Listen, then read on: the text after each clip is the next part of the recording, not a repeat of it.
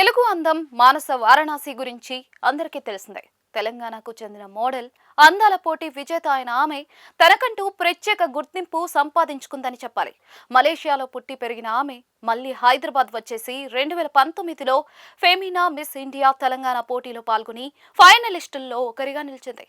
2020లో Femina Miss India Telangana title సొంతం చేసుకున్నారు ఈ అమ్మడు. ఫెమినా మిస్ ఇండియా 2020 పోటీలో తెలంగాణ రాష్ట్రానికి ప్రాతినిధ్యం వహించిన ఆమె ఆ తర్వాత వివిధ అందాల పోటీల్లో సత్తా చాటింది. మోడలింగ్ రంగంలో ఉండాలా లేక జాబ్ చేయాలా అని ఆలోచిస్తూ మూవీ వర్క్ షాప్ కు వెళ్లి ఆడిషన్ ఇచ్చింది మానస.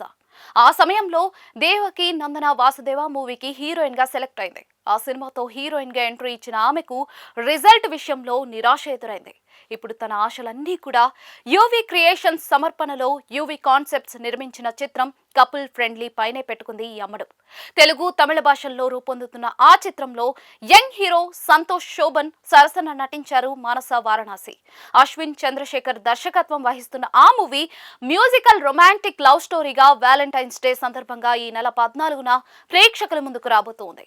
అయితే సినిమాలో కిస్ సీన్స్ లో మానస నటించినట్లుగా ఇప్పటికే ప్రమోషనల్ కంటెంట్ ద్వారా క్లారిటీ వచ్చేసింది. రీసెంట్ గా కిస్ సీన్స్ పై ఆమె చేసిన కామెంట్స్ సోషల్ మీడియాలో వైరల్ గా మారింది. కిస్ అంటే దాన్ని చిన్నగా సింపుల్ గా ఉంచాలని చెప్పుకొచ్చింది. ప్రస్తుతం మానస చేసిన కామెంట్ కు సంబంధించిన వీడియో నెట్టింట తెగ చక్కలు కొడుతూ ఉండటంతో నెటిజన్లు తమ అభిప్రాయాలను వ్యక్తం చేస్తూ ఉన్నారు. అదే సమయంలో కపుల్ ఫ్రెండ్లీ మూవీలో మిత్ర అనే పాత్రలో నటించానని, అలాంటి అందమైన పాత్రలో నటించే అవకాశం వచ్చినందుకు చాలా సంతోషంగా ఉందని చెప్పుకొచ్చారు.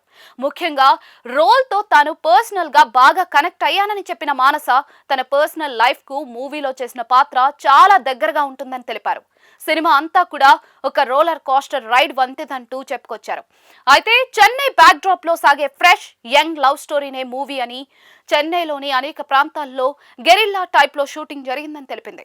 సంతోష్ శోభన్ చాలా మంచి యాక్టర్.